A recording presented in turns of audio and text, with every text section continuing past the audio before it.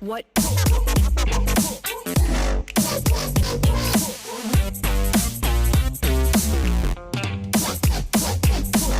What?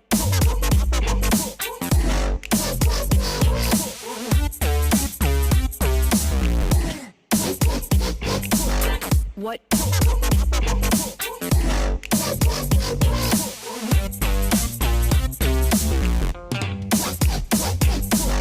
What?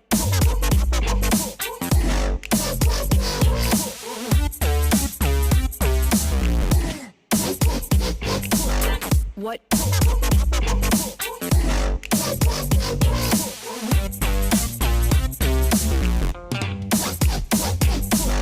What? What?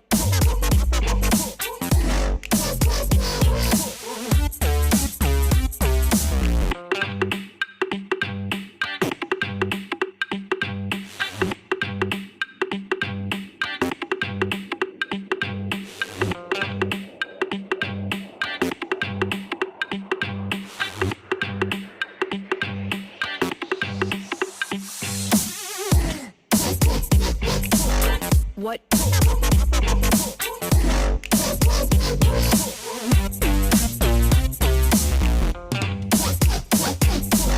What?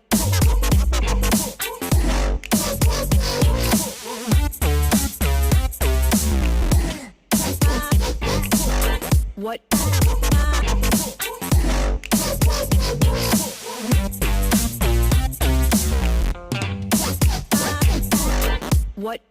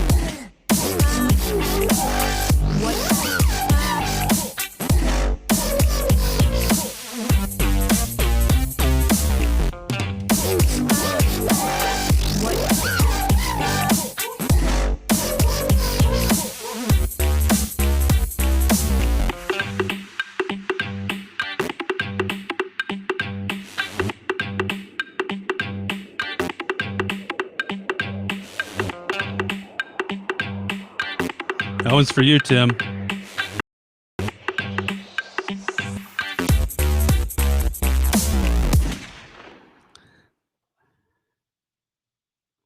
All right. Hello, everyone, and welcome to this week's episode of the Social Media Lab Live. Good to see you already starting to comment and get talking today. I'm excited to talk on today's show because we're talking to my friend Christian Karasevich all about his journey to about to hit 300 live shows, which is a number that is just seems, so I'm almost about to hit 100 with this show. We're at 95 today. So in 6 weeks or so, we'll hit 100. So 300 is pretty stinking insane to me, and quite the accomplishment. And so I want to kind of just pick his brain a little bit while we've got him for 30 minutes or so here in a bit, just to find out how he got started, why he started. Did he ever think he would still be doing it? 292 episodes later, I think is what he hit this week, was 292. So I just want to kind of see how he did that. Maybe we can take some of what he has learned and do the good and the bad and apply it to you and your live streaming. I do a couple of things. I want to know, someone's already commented. I want to know how many live shows you have done. Is it, if you only done one, have you done none? Or have you done, like me, 95 for this particular show? I've done way more than that in general, but it's consistently on one show. This one's at 95. I'd love to know that in the comments. And I do see where someone said, like this one here said, I don't know who this is, it says Facebook user. If you'll click, you're watching it evidently in a group or maybe on my personal profile or something. If you'll click that link I just put up there, hopefully you're able to see that. Click that link, give the permissions to Facebook to allow Restream to pull in your comments so we can show your lovely face. That would be great. Those, even though you do that, I do it every couple of weeks just to make sure, because sometimes Facebook resets those restrictions and those permissions. So you have to do that periodically with a lot of different apps. So it's something all the live streaming apps have to deal with when you're streaming on a personal profile or a Facebook group. So if you don't mind doing that, that would make it a little bit better experience for you, hopefully, throughout the live show. And Tim, I do see you. Good to see you. He says, shout out to the orange-haired man, Scott Ayers. Yeah, I appreciate that shout out from you. And yeah, I did a little Tim dance as we got started. If you didn't notice, I do want to remind you that you can go over to agorapulselab.com anytime you want to see any of the experiments that we've done in the lab. We're pushing out a little bit less content lately, about once a month, sometimes twice, just depending on what we've got going on. Just because there's so many different things and different things we're working on right now, but have published those a lot. I am publishing now a 2 podcasts. So we've got the podcast just for the lab experiments, and then we started a podcast called Social Media Lab Live, which is the audio portion of this live show. Started to make those into a podcast. I think I've got 17 episodes up. So it's a process of going back and editing those and starting to publish 1 or 2 of those per week to get them out. So you can find those on the website as well if you just like listening. So it takes out the a lot of the conversation with the audience on the live show. I take those out, so it's just the audio portion for the most part. And something we want to do today, and I'm trying to find a good thing to. I'll even throw. Let's put that up. Today we had a what we call an agency survey that we did in our internally. We did it in our agency love group. If you're an agency, you probably saw that. And we also emailed it out to quite a bit of people. And part of that survey was you got to win. You got put into a drawing for a $150 Amazon gift card. And so what I want to do here, and hopefully I'll do it correctly, is we're going to use a little wheel and have some fun with it. And see who the winner is, and we'll announce it, and I'll have to contact him. So here's what I'm going to do. I'm going to share my screen over here. There's my head in the middle of this giant wheel. It's going to spin around here in a minute. And it's kind of funny. And so just so we know, and everybody, and I'm being very transparent about this, we had 113 people who finished the survey and took the survey that were verified, legitimate people. I had some hard lessons learned with this survey. You probably should never tweet out or put in the metadata of a survey that is a $150 Amazon gift card for free, because then you get hit with spammers. And we got 980 something spammers, and I had to go through and individually remove each of these one at a time. It was a painstaking process through SurveyMonkey. But we had 113 people who entered. 6 of you got double entries because you replied within the deadline inside the agency love group. That's why the number here says 119. So again, full transparency for anybody watching, so they don't think I picked the winner. And what I've done is I put all the names in here, and I'm going to shuffle it a few times. You can see it's shuffling, so it's in no particular order. We'll shuffle the names, and then what I'm going to do is I'm going to go full screen with that, so it's a little bit bigger. And I'm just going to push this button here, and it's going to spin for about a minute. Is basically what it ends up spinning. So I'm going to get started with it. My head's going to go round and round and round. And let's play Jeopardy. Let's just see where it ends up. The head spinning is quite an odd thing to look at. That needs to be its own GIF later on. I need to make this into a GIF of my head spinning around and around. So we're going to see where it lands up. Here's the thing I've learned with this. This is called what is it called? Wheel of Names. I've used this for contests and trivia before. Is you think it's about to pick a winner, and then it doesn't, and it goes over to the next person. So you might think who's going to get it, and they may not. Let's see. So right now it's falling on. Let's see, Jalen. Is it Amy? Oh, Victoria. Oh, Amy again. Another Amy. Megan, Don, Brian, Robert, Lauren, Esteban, Gregory. See, is it going to be somebody named Scott? Nope.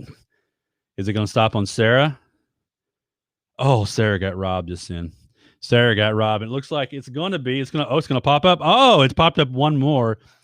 Shayna Brown. Shayna Brown will be our winner. And let me close that. I love that little thing. It's kind of fun to play around with. Shayna Brown will be our winner. And I'm going to make sure while we're right here, because I don't want to forget, because, I do have a squirrel brain quite a bit. Maybe make sure I pull up Shayna on my spreadsheet. I'm in another file just for like a nanosecond here.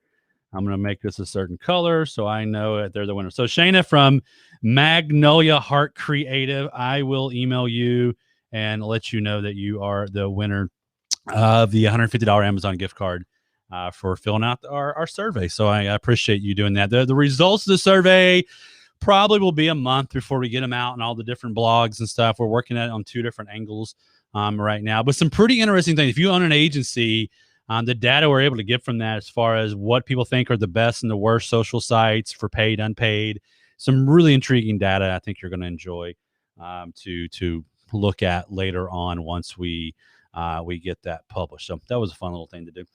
So I'm going to bring on, I turned the Jeopardy off. I thought the Jeopardy thing's still playing.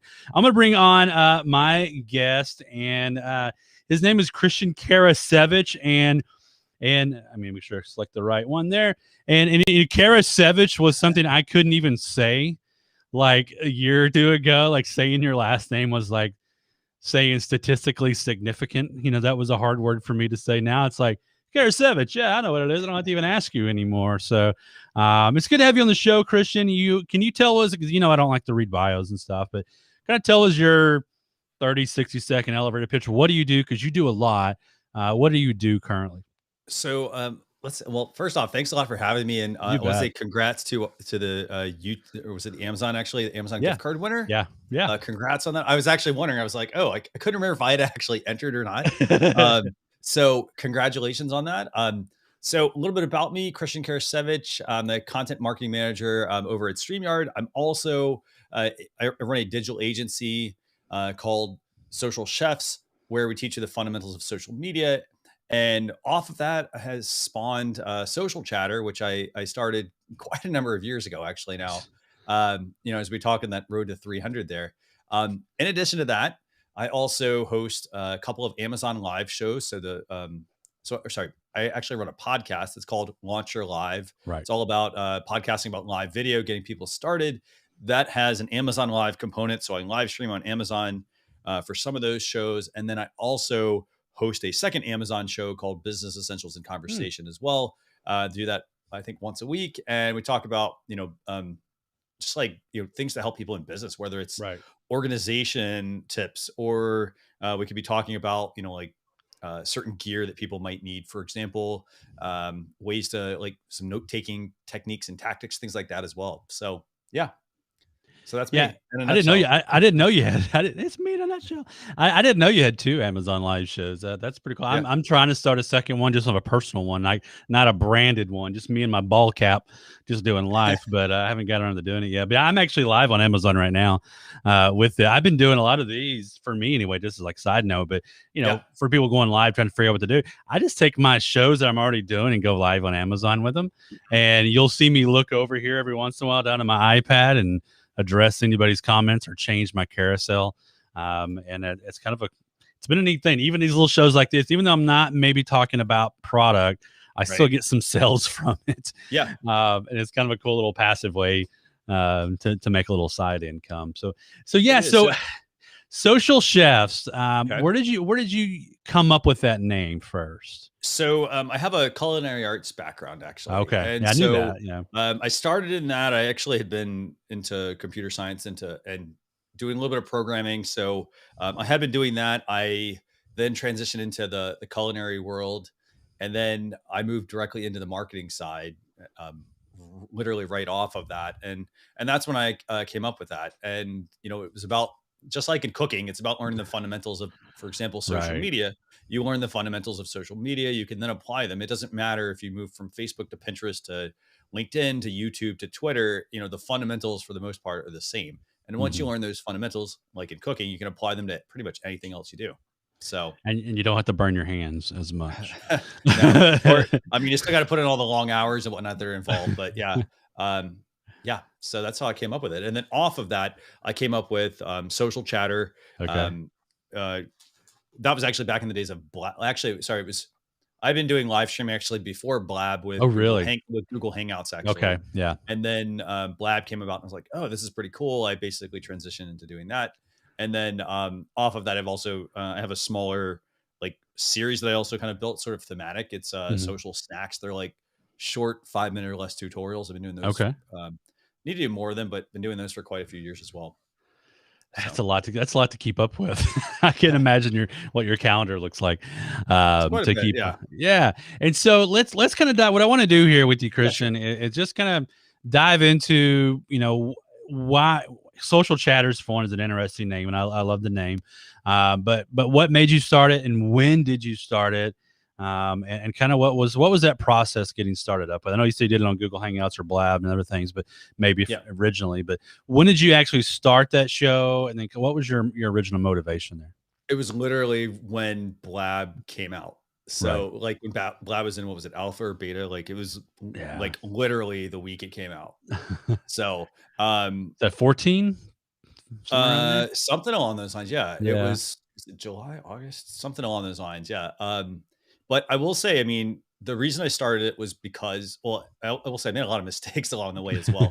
Um, but I started it because I was like, well, was trying to figure out, well, what would people Right. do? And I kind of modeled a lot of that off of, like when you watch you watch the news, for example, at the time. Like you watch CNN, you watch ESPN, you watch all these, Right. different stations. They're all talking about, for the most part, the same content, but they're, talking about it from different angles, Yeah. or they're presenting it different angles. And so I was like, well, that would be a good thing to talk about here. And it supports the other things that I already do. Mhm. So that's where I said, well, you know what, there's a lot of value in doing this. Um, in terms of like, I don't know, do you want to jump into mistakes yet or? Yeah, so you did it on Yeah. Blab first. When did you kinda move it over to Facebook and start when did you start? Did you start counting the episodes back in Blab, or did you kinda that take its own I loosely counted thing later? everything, yes. At the Okay. time, it was like it was loosely counted, and Yeah. obviously, I don't think you can go back I don't think you can get access to Yeah, it's Blabs. gone. Yeah. Yeah. So, at the time, this is where, like, I mean, this is how things have evolved. I would basically do the show, and then I would go download it, for example, whether it was Right. through Facebook, or I think it was Facebook at the time. I would download the video, and then, because you didn't have the multi-streaming capabilities at the time as No. well, so I would do that, and then once I would download it, then I would upload it to YouTube. And so there are a few episodes that are missing on the YouTube channel because I didn't download them at the time. Because it was, sometimes I remember sometimes the download would fail, sometimes it would work. Yeah, and so didn't get all my episodes, but Yeah. go back and do the math of when I started and how I started it. And yeah, it's been quite the journey. It's been fun. Yeah. I think the fun part is actually the process, because Mm. like when I first started doing them, I had guests on, but I didn't have like the best guests on at the time. I'd go on and we talk about, like we talk about a topic, but sometimes the guests would be like, I think the guests would ramble on. Maybe they weren't knowledgeable about the topic. So, over time, basically what I've done is I've started to distill that down and, make sure, okay, the people I have on, do I have on people that are actually passionate about this, that they can actually talk about it? They don't have to know everything. For the most part, because here's the thing, this Scott, like no one knows everything, right? Right. But people have different insights that they can share on things, and so it's always great to have different perspectives on things from our guests. Right. In terms of like mistakes, I'd say when I first started, I mean the episodes were 3-4 hours, something to that Oh, effect, wow. and but they were 4 hours. But I will say it was too much content at that point. Yeah. So it was too much, and then what I ended up doing was, I started looking at it and saying, well, how much time am I spending on this? And then I started shrinking it down. Okay, so a 3 hour show, let's try to get that to 1 hour. Okay, what do we want to cut, for Right. example? And then I started to basically just cut, and then just start to like whittle it down. Now we're still doing it now. I mean, even almost 300 episodes in. And by the way, Yeah. that's 300. And I saw like some people are like, oh, they're at 105 and things like that. It's 300. I do it like it's a weekly show. So I Right. don't do more than once, a week. Of course, if I did, I'd obviously have more episodes, but I'm not necessarily aiming for that, because Yeah. there is a lot that is involved in just producing a show. It's not just going live. And Right. every single week it's quite a bit of work. And I would say this. I mean, I think the key takeaway is continuing to improve what you're doing. Like Mm. now we're now even trying to get it down to 45 to 50 minutes of a show. Yeah, I think So I was on what last week, week before. It was last week, I yeah, think. I think it was, yeah. And yeah, I think I was the fastest one. I meant to search. I'll have to do it while we're talking here. I searched because I went through, because I put a link to your blog, but I Yeah. went and searched my name, on the blog to see how many I was on there. And I think I showed up on like 12 of them, something like that. Yeah, you've been on quite a few actually. Yeah. I'm not even sure. I joke with Christian all the time that I want to be his Bob Hope and Mhm. he's Johnny Carson. That's going to end up Where being like an artwork. I want to be I want to be your Bob Hope or something. Let me be Yeah, your so Bob Hope. Only old guys get that reference. But so Bob Hope was the number one. He was a guest more than anybody else on Johnny Carson. So that was yeah. kind of a fun thing. So typically once a month I'm on your show, and I will say that you've stuck to a very similar pattern. Mhm. Almost I don't know how long when you started that pattern, but Christian's show will be first, he'll get on, he'll introduce himself, his co-host, which your co-host has changed a few times. Yep. Mhm. Sometimes it's, just a guest co-host or just for a few weeks or whatever. Yep. And that's something maybe we could even talk about. And then he'll introduce his guest who comes on. And then it's just talking about, here's some latest news in social media. Here's a new, hey, Twitter just said they're going to do this. Like tip Right. jar was something we talked Mhm. about on our last one. Yeah. And then, usually what Christian will do is ask a couple of questions of the guests that they tend to be the expert on. Mhm. And then talk about a couple of cool tools in social Yeah. media. Mhm. Boom, out. That takes 45 minutes.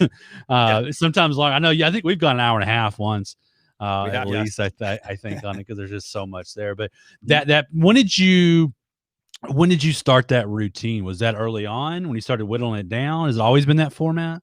It's always for the most part, I started to add like segments to things. Like Yeah. for example, if there, it's about finding the right balance as well. So if there's too many news topics, like here's the thing, we focus on social media for business. So for the most part, we're going to cover the things that are going to impact Right. your bottom line or the things that are going to impact, like that are going to have an impact on your business. So for example, if like let's see. So this week, I know we're talking about like LinkedIn has this new boost post feature. Yeah. So they're going to now let you boost posts just like on Facebook, which is pretty Mhm. cool. So, for example, that might be something we would cover. We're also going to talk about analytics, I think, this week as well, because those are important things for a business to know and Right. to constantly be measuring to see how they're doing, as opposed to like here. Let me actually find a topic that we would not cover. So, like for example, this week, like for example, we've got some like TikTok radio station. Like Hmm. TikTok's working on an exclusive like audio Right. experience, with Sirius XM for TikTok radio. Like, I don't know if I don't see that being a big mover, I think, from a business standpoint, but No. it could, I mean, it could be, I guess, if you frame it from, Clubhouse and Twitter Yeah. spaces, for example, if it's TikTok getting into the audio business, I don't know. But for the most part, like we would say, okay, you know what, that's something we're going to rule out because you know what, it's worth putting out there, but it's not something we want to spend. We value our viewers' time, so Right. we make sure we cover the main topics as opposed to some of those little smaller topics that they're important, but they're not going to move their needle. So Did you always have, because now you've got, like you just mentioned, like the business focus of like Mhm. how can a business use social media? Was that always a focus, or in the beginning was it more like just talking about how you and I might use social? When did you make that so uh, transition from? so that actually has been an underlying theme the entire time. Okay. However, I will say a mistake I made at the beginning was I didn't put as much of an emphasis on that.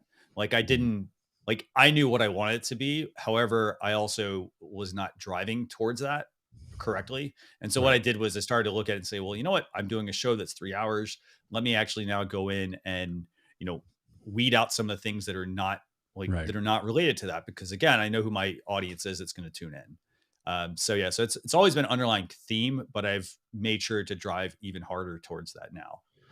Yeah, I think that niche is good, especially because there's a lot of social media marketers who just they don't have time. And so if you got a good show that can just Mhm. boom, spill the data or spill the tea, as a lot of people say these days, and just talk about it and go and get it out. I can consume it real quick, either in Mhm. audio or video, because you do Yeah. make these into a podcast as well. Yep. Um, I think that's what people want. They want that quick, because I don't have time every day to go through and dig through Twitter and all the other TechCrunch and all these Mhm. websites to see what's Yeah. going on. So It's nice to have that sort of focus. Now, let's go back and talk a little bit about your co-host. Sure. How many do you know how many co-hosts have you officially had? Do you even know? Be curious to see that. Four. I think I've Four. had about 4 to 5. Okay. Yeah, and so part of it, for example, Vincent Orlek and I started Oh yeah. like long time ago, and then obviously, I guess people's time, their constraints from their time Right. change, things like that. Like for example, I worked with him, and then I moved into working with another individual, and that changed because like they were just more helping me out, I think, Right. as opposed to they weren't necessarily in it. Does that make Mhm. sense? Yeah. And so, so it has evolved over time. And then Sarah Monroe now is co-hosting with me. Yeah. So Yeah. And why a co-host? Why not just do it on your own with a guest? good What was your question, thought? actually. What's your thought process there? So part of the thought process is it makes it easier to focus on the live stream. Like if, for example, if you're the one producing the show and you're also hosting and talking to your guests, there's a lot involved there. And so it helps to balance it out. So, for example, if you have a co-host, they can, they might be monitoring the comments, for example, or they also might be like maybe introducing the topics while someone else is, sharing the links to the topics or bringing up screen shares and things like that. So, I think the key thing is it's about finding balance, and it also helps everybody feel like they're involved as well. Yeah, I think as you said that I was doing a couple of things. That's why I like having guests because when I'm a solo show, Yeah. you it's hard to look away unless you just tell your people, hey, this is just what I'm doing. I'm doing. If you see me look down, that's because I'm doing Right. this, I'm doing that, and that's okay in a live video, especially if something like this. But it is nice to have a guest where I can kind of pull you on. But a Mhm. co-host, yeah, you're doing one thing, one of them's doing social, one of them's pulling up the link, especially because you Yeah. guys on social chatters pull up so many links to so many Mhm. different products and apps or whatever that's hard to do and still stay engaged Yeah. with your guests. So yeah, I liked having a we did this show with a co-host Yeah. for a year and a half, year and 5 months, something like that, with Owen Video. Mhm. I've been doing it solo now since April of last year, Uh-huh. with the guests, because I'm like, when I go solo on my own, it's a quick show for one. Yes. Even though I can talk to myself for a good hour, Mhm. but yeah, it's just better to have two people on camera. I think we've all figured that out. I've done even tests on it. You probably have too, Mhm. where the two faces, there's something about it. It catches attention. We talk about all the time the pattern interrupts and changing Mhm. the scenes. And there's something about having two people that draws in others. Plus, if you got a good co-host and a good guest, they tend to like want to share it. And they'll share Mhm. it afterwards and those sort of things. But yeah, the co-host mindset really helps out. But I would imagine keeping a co-host very long and keeping is probably hard depending on how your setup is and what the goal is at the end of the day. Mhm. Is there anything like from a business perspective Yeah. that you would recommend maybe doing or not doing with a co-host to make it a good relationship? Because I'm assuming you monetize this in some way, or you wouldn't be doing it. Yeah. Um, like, is there, hey, we're going to split this, or hey, we're just doing this because we both love live video, or we're going to promote links? Um, What's some good and bad there you maybe could I recommend? think like the good side of working with a co-host is obviously, I mean, I think it's about finding balance. Like Right, I will say this. I think the other thing is that you can also, it sort of energizes, or it can energize you right, if you have a co-host that is as passionate about it as you are. And here's the thing. I mean, it does get to be, I want to say it's not a slog, but like over like, doing it week in, week out. Like you build up a process, right. and like it does at some point, it does get to the point where, you do oh, maybe you're not feeling like you're in it this week, for example. And so Yeah, that is one like big benefit of having a co-host. The other thing though is also like, I mean, it's great also being able to, I love hearing from other people. So for right, example, I'm happy to take a back seat to, most of the for example, to my co-host or even the guest, because I want to hear from them actually. And that's really my goal, is to make sure we bring on the right kinds of people that, that are passionate about it, that can talk about it, versus just bringing on like, the same people that everybody else always sees. Right. So Even yeah. though I just said I'm your Bob Hope, and so, but I mean, I do think it's true. I think especially if you've got a co-host where maybe your gifts are a little bit different from one another. Mhm. Let's say like you and Sarah, and I don't even know where y'all land on this, but Okay. let's say one of you's Apple, one of you's Android. Okay.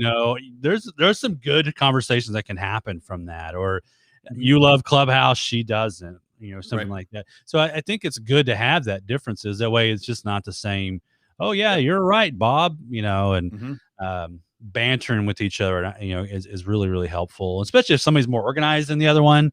That can play into it. So I would recommend, if you're doing a live show and thinking about, especially if it's a core of a talk show sort of format, news kind of Yeah. show, that that the co-host aspect makes it nice. Even if it's like let's say for your show, for example, you could have a co-host that just came on for tool time. Right. When you Mhm. talk about tools, they just pop on. And they're like your reporter talking about the latest tools. I've seen who was it? Social Media Examiner used to do that. Mhm. They would have, I think Eric Fisher would pop on, and he would get on, talk about the latest social media tool that they found, Mhm. or the social tool of the week, and then that was it. He was out. That was the only thing he did on Yep. the show. Mhm. But again, he broke up that pattern, Right. different face on screen, and I think that's a pretty important thing to do. Now, you mentioned process, Yeah. and sometimes the Sure. process can be daunting. What is, I know it's detailed, I'm sure, but kind of, can you give us an idea of what your process is to ensure that your weekly fun, staying up to date with all the stuff you're talking about, but Yeah. like making sure you get guests, making sure you've got it scheduled. Like, what does that look like for you each week? So for the most part, in terms of scheduling, I think the key thing is planning ahead. So for example, Mhm. if you've got 4 to 5 guests you're going to have on a month, try to actually, like, I can tell you it's very challenging when, you don't have your guests lined up, and then you have to kind of scramble. So maybe in the beginning it would have been a scramble. And then, we got to the point where now, like, we're booked, 2 to 3 months out. And, it does relieve a lot of that pressure. So I think the first piece of advice would be, if you're going to run any sort of show where you've got an interview style show, start scheduling out in advance. Don't be afraid also to say, well, you know what? Like, for example, we had Juliet Stapleton on last week, and she wanted to come back again. And so I said, okay, great. So I gave her, the booking link, and she went and booked out for September. Right. So now I have her booked in September, which is great. I try not to obviously book people like, oh, let's have them on every month or every couple of weeks. Just so there is some variety there, and it's not the same guest always coming on. But I think the first thing is going to be scheduling your guests as far in advance as possible. You can use some really good tools for something like that. Like, you can use Calendly or Acuity Scheduling or Harmonizely, all tools to basically make it easy to collect. For starters, like, let's say Scott was going to be a guest, I don't have to like send him an email. That might have been the original way I did it. And then I moved into now having a calendar tool where Scott goes and he can book, and there's certain times that he can book. And there are questions that we also then Mm. include in that scheduling process. So it makes it easier for us. For example, like, we might have Scott on, and we might say, well, you know what, Scott, what tools do you recommend? Scott might recommend, 3 tools, and maybe we've covered 2 of them. Okay, well, then that helps, take out some of the guesswork out of figuring out, well, what's the tool that we're going to cover that week that Scott's on.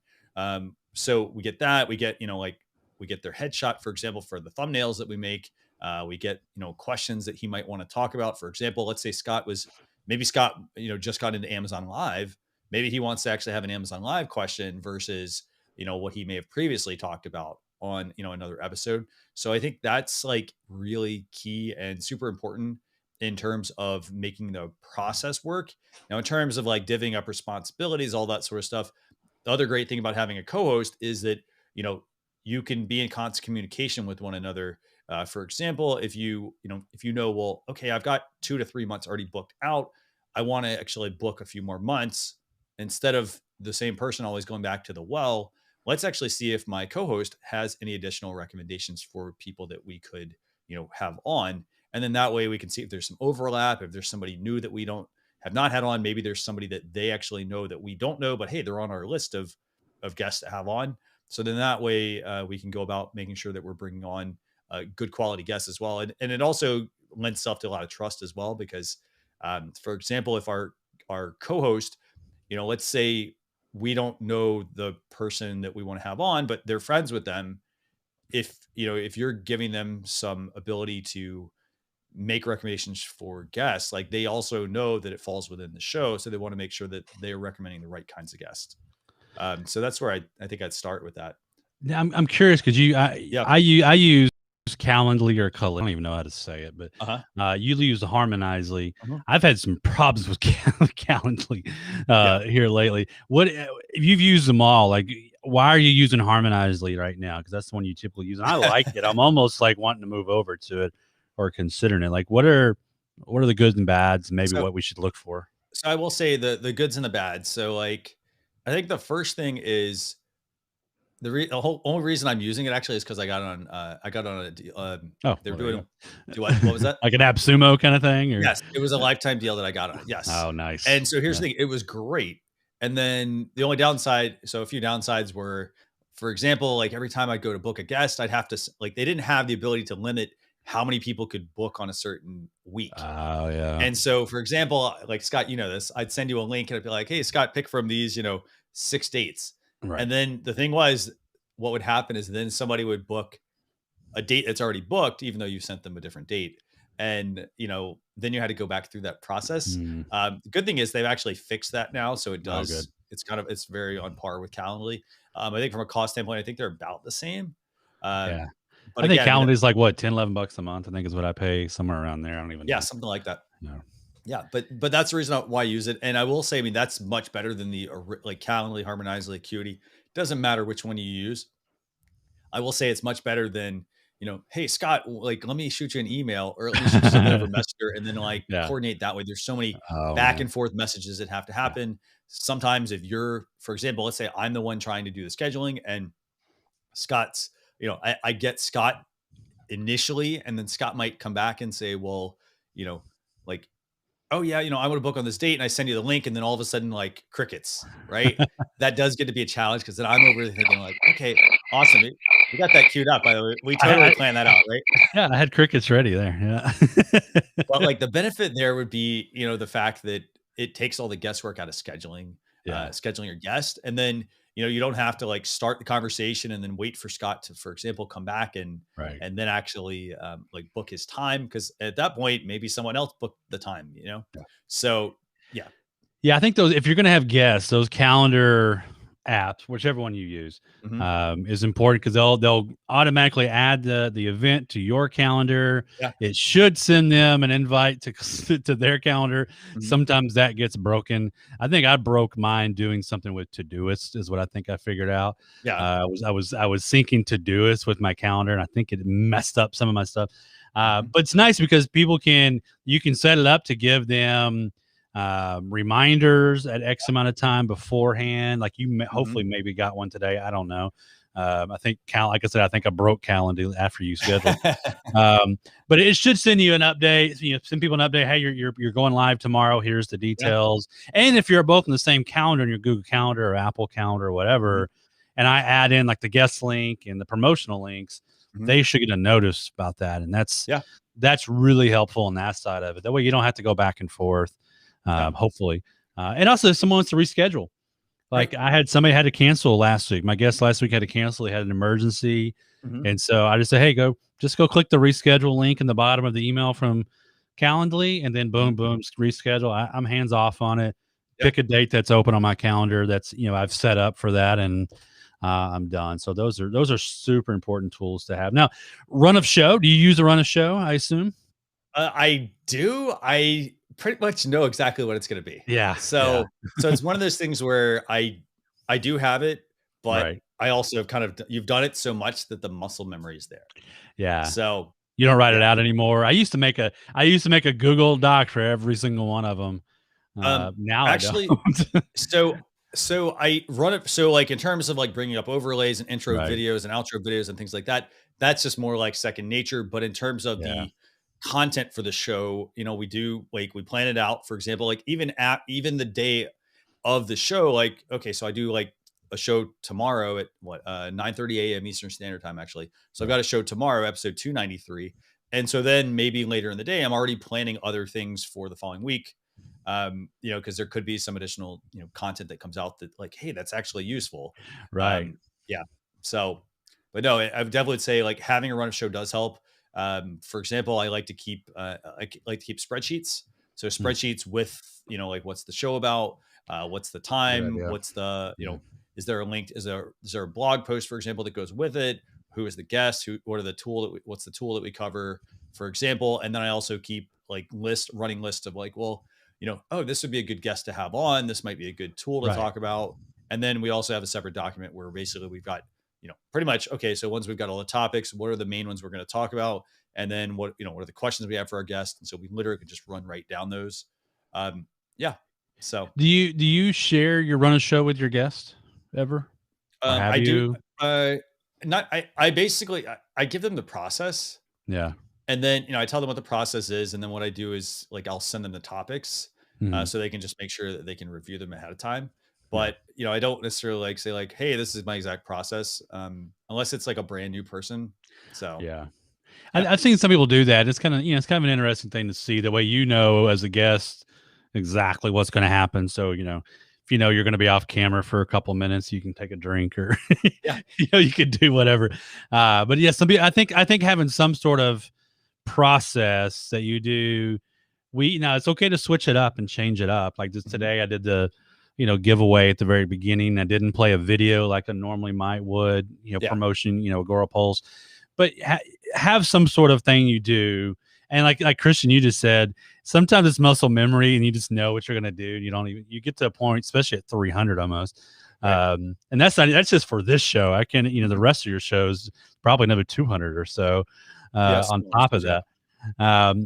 You just kind of get used to it. But if you're Mhm. starting out with live video, run of shows are so important just to get in that pattern and routine. For me now, when I used the back end of Live Studio here with the Restream that I use, Yeah.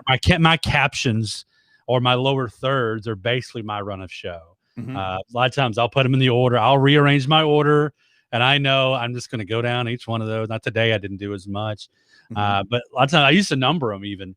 Like number one, number two, like I Yeah. knew I don't have to go over and open another document up Right. to look back and forth because that's a pain. Because then I'd be sitting here. So let's say I'm on this live right now and I'm looking at my run of show. I'm doing this, Mhm. trying to look up and down at it the whole time, or have it on another screen to Mhm. make sure I'm on on task. That's why I think those. If you have a way, whatever tool you're using, you usually have some sort of captions or lower thirds you can change out constantly, and just use those. Yeah. That really helps you move through your show for sure. Um, And those any, go I ahead. was gonna say, and those become part of the process. That's the other thing. I mean, They so do. if you're Yeah. doing a live stream, for example, you know, you find creative ways, I think, to break up the show. Right. So for example, whether that's having an overlay for each, like almost like every act, like that would be, I think, the first thing, Yeah. um, you know, and I mean, I will say this, I always told people like the one way I started was I took note cards and I write out because I was actually using Wirecast. Okay. So I went from like Google Hangouts and then I said, oh, well, I'm going to make this work. And then I moved into Wirecast and then I had to build scenes. And so that's when I actually Mhm. started, I literally wrote out all my shows on, they weren't even note cards at the time, they're just a little piece of paper. So like I wrote down all my scenes and then I said, okay, this is the show, this is the flow of my show. And then, Right. okay, like that's a lot of stuff. Okay, let me condense this. How do we condense it? What can we Right. remove without actually changing the structure of the show? You know, or making the show like, you know, like changing something crucial to it. So yeah, so what we did was we've I say whittled down the topics, made sure, you know, we have enough time for focus on certain things, you know, and then pretty much like just continue to refine. I mean, Yeah. it does, you know, it still takes work. It doesn't matter if it's 300 or episode 1. I mean, it takes work. Yeah. So, And as soon as it gets easy, you probably have it, you're not giving it your best. I know when I phoned it in, everybody else can tell that I phoned it in. But I even still do. I use notepads sometimes still, even today, mhm, just to go, oh, I got a last minute thought. Let's make sure I'll put it up here in front of me where no one can see it. Just to remember, hey, you got to mention this. yeah, Like, especially like for Agora Pulse, let's say we've got a new product feature, which isn't something I typically will do a lot. I'm trying to remind myself I got to talk about this product feature. I'll uh-huh, put it in front of me. That way I remember to go over to it. So post-it notes can still have value. You could put them on your monitor, your tripod. Mhm. Those reminders are still important. Now, a couple more minutes with you, but I'm curious. You're about to hit 300, so Yeah. it's 8 episodes. Like, you got any big plans for 300? Like, I really have no big plans 300 for 300. guests on, or I know that would be cool. I actually have. I'll be honest. I haven't really started thinking about it. yeah. So I just consider. I'm like, okay, yeah, I hit 300. So You're like, I check. mean, Yeah. it's cool. It's just it's not that it's a number. Yeah, it So is. Yeah, that's there's just some good point. It is a number, but it's also something, especially because you do your podcast and you launch your live. right. It's a Mhm. good milestone for people to kind of celebrate with you. I think. I know for our Yeah. 100, I haven't planned anything yet. I know who my Mhm. guests probably will be, unless I take a week off in June, Yeah. which I probably will. I've already. That's a good thing too. In the bad, like, you schedule guests in advance, and you go, oh, I'm 4 months ahead, and I decide I want to take a week off. Sorry, guy, Yeah. I gotta move you up a week. That happens sometimes, but it'd be fun to have. I'm thinking I might bring on, like, do my normal interview show Mhm. like this, especially if it's a guest I think it'll be. It's a pretty big name, so Yeah. that I've never had on before. I'm excited Nice. about. But then I might. It's Eric Sue is who I should be on as my Okay. guest in the 100th episode, which I'm excited about. But Cool. I might do like an after show, like, all right, you're done, Eric. See you later, and then just start bringing on past guests or something, just to have a cocktail party, or chill out and talk. Could be kind of a fun thing Yeah. to do and play Well, around. and that's one other thing I think that's really important to mention. Like, you mentioned how like you'd have like a cocktail party or something like that afterwards. Like, you could get into doing other things as well, like with your live streams. Right, So for right, example, you could do your live stream, and then after the show, if you want to have more conversation with people, you could build in, let's say it's 15 minutes, you go over to Twitter Spaces, for example, or Clubhouse, right, and you could have a little more one-on-one with your listeners or your viewers right. as well. So great ways to repurpose the content. That's the great thing about this. So That's and my last question for you is that I'm glad you sure. reminded me. I should have put the reminder note up. You repurpose your live shows and your podcast, make them into podcasts and blog posts, like, Mhm. super quicker than anybody I've really seen. Like, Christian's show will be tomorrow morning, and probably by Friday afternoon, Saturday morning, you've already got the thing published and thousands of tweets scheduled out and going out. Like, how do you do it so quick? What's the process there for you? And how are you doing that so fast? Because I'm months behind usually on mine, and I don't even write as much in mine. I think part of it is just sitting down and focusing on it. Like, I think part of it still comes back to having a process, having a formula. Like, so for example, there's certain parts where there's not a whole lot that I have to actually add into the article, but then there's, the main portions, for example, of the show that do get a lot more attention to them. Part of it, like I said, planning is key. So, for example, I know what the main topic is going to be going into the show. I'm already starting, maybe on Monday, for example, if I've got some topics, I'm already starting writing some things up, and we're not talking like, how that whole thing, Scott, about like making the chain of like, hey, start writing, 100 words a day or 300 words or something like that. It's actually not a lot if you really think about it. And so, like, my 300 words could be a section of my article Right. that gets written every single week. So Yeah. that's typically the way I work. And I mean, it is something that I will say, you have to mentally prepare yourself for, Right. knowing, okay, I'm going to do the show. I now have this window to work on something. And then, and it's finding, like, I'm going to go back to like systems. Systems are really important. So for example, you mentioned if there's certain things you want to talk about during a show, Mhm. you might keep a notepad. I assumed you meant a physical notepad, and Yeah. jot something down or post-it notes. However, like, I've always looked at that and said, okay, for example, I will actually do a digital. I actually use like a Rocket Book. It's this like Hmm. notebook that it's an erasable notebook, Oh, and so cool. basically, the way it works is you can write down your notes, so you can commit it to memory, and then you can also digitize them, and they convert them to basically the OCR, the text, so that way it's searchable, and Right. so then that way, like, I might have like the information right there. And then the great thing about that is it works. I have the physical notebook, and then I can actually go on the laptop or on the mobile phone or the tablet and add notes depending on where I'm at. So Right. yeah. I wish I could get faster at that process. And I do want to address, you can't see this and no one else can Sure. either. I told you I was live on Amazon. Mhm. Someone named Jeffrey, and I just want to tell Jeffrey, I am live right now. He thinks this is pre-recorded. It's not Yeah, we're live. pre-recorded. Yeah. We're live right now. And he's wondering what the 300 about. We're talking about Christian's live show that he's done on his channels around social media is about to hit 300, not specifically Amazon. He thinks we're cheating about something. I'm not really sure, but I just wanted to kind of say, hey, we're not pre-recorded here on Amazon or Nope. anywhere else. We're Not at talking all. about the achievement of getting to 300 lives on his weekly live show. To do the math on that, it's a big thing there. So Yeah. yeah, so kind of an interesting conversation that, I mean, and that the he's key thing having with over all, here. I mean, the key thing with all of that is it's about setting up a system. The Right, first few are going to be hard.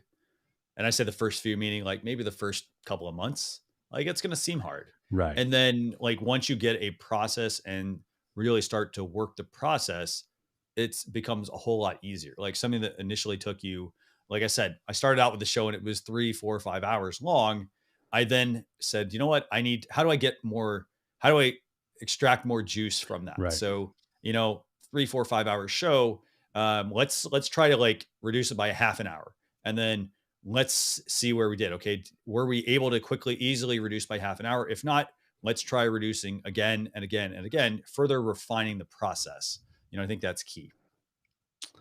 Well, very cool, Christian. I appreciate you hopping on and talking and kind of finding out a little bit. Like, it's funny. I booked Christian, I don't know, it was like 3 months ago, I think, at least 3 or 4 months ago. We picked a date. I was like, Chris and I know each other well enough. Like, yeah, what do you want to talk about? We'll figure it out later. And I'm like, oh, you're about to hit 300. Let's talk about. When I was on like a week or so ago, I was like, oh, 290, 291. Yeah, we're getting there. Let's talk about 300.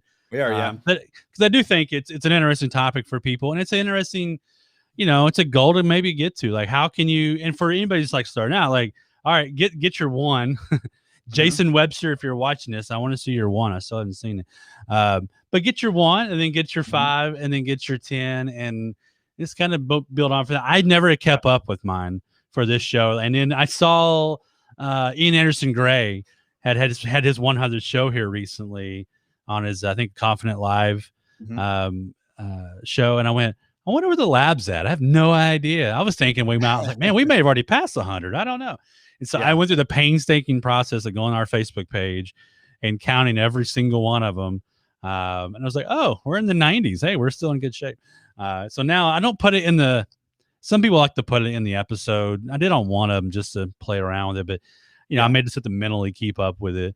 Mhm. But people do see that though. Like I do see now with Ian's show, like he's on episode like 114 or something now. Mhm. I see that episode number for yours. You mentioned this is episode 291. You also use that for a shortcut, Mhm. like a pretty link, I assume, or something like that, Yes. Yep. on your website. So you can say it on the audio podcast and people can go, Right. oh, socialchefs.com/291. Boom. I can Right. go over to it.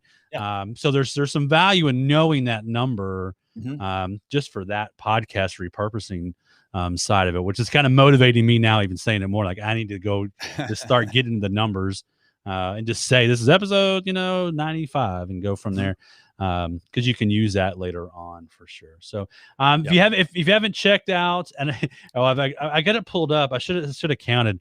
I think it is 12.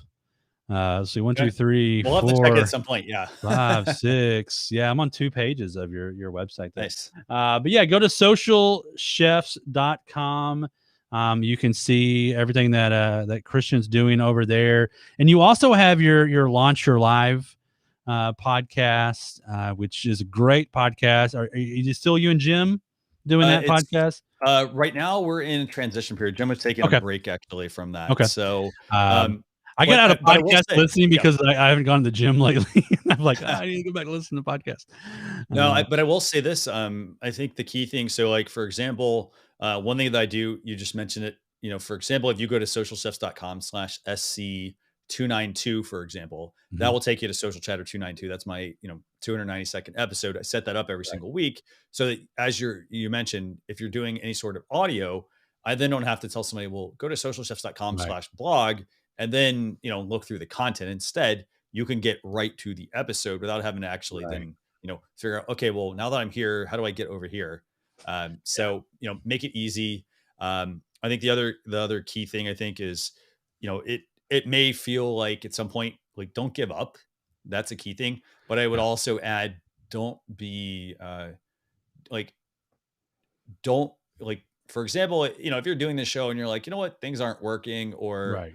you know what, I'm putting like 3 hours into this and I'm getting no viewers, for example. Like, it does take time to build up views, but it Oh yeah. also takes time also to, like, put in the, like, you have to put the right kind of work in. So if you're doing a lot of things and you're like, oh wow, I'm doing this show and I'm like, putting all this time in, and you're not seeing the value in it, or the ROI at least, and what you can do is, that's where you should consider changing a few elements here and there.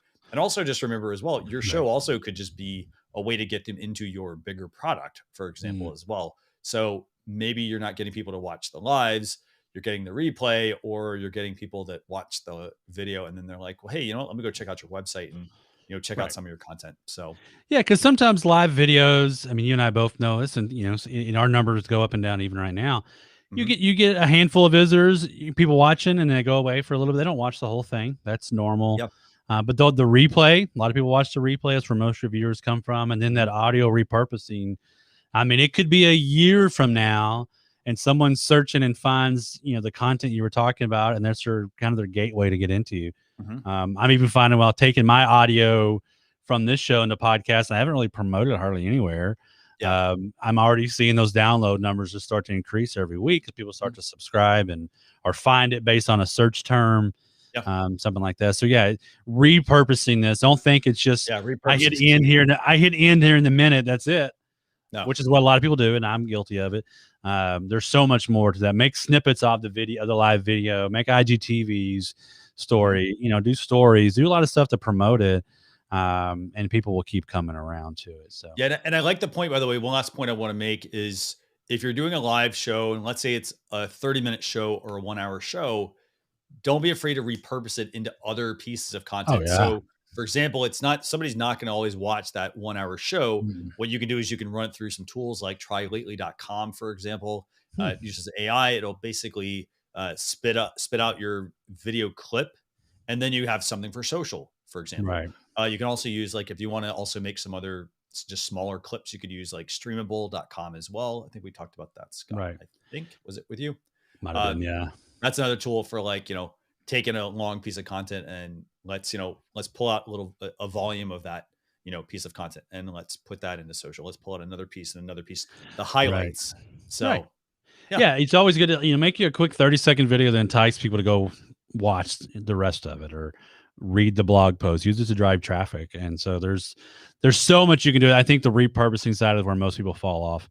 Mhm. So yeah, definitely cool. Well, I appreciate you being on the show with me today, Christian, and I look forward to 300 and probably being on another 5-6 episodes this year Yeah, with definitely. you, and hang out and talk, and I always have a good time with you. Awesome. Thanks a lot, Scott. All right, appreciate you. And that's going to do it for this week's episode of the Social Media Lab. Be sure to go over to agorapulselab.com. You can see everything we're doing in the lab. We will be live next week talking about Facebook ads. And I'm probably going to pronounce his name wrong. Bob Regneris. Hopefully I got that right. Talking about Facebook ads next week on the show. And if you were the winner of the Amazon gift card, I'll get to you. If you didn't get to see who the winner was, go back and rewind this thing if it's over. It was kind of fun. That's definitely going to be a repurposing clip for me, watching my head spin around on a big wheel. So that's going to do it for this week's episode of Social Media Lab. We'll see you guys next week. Thanks.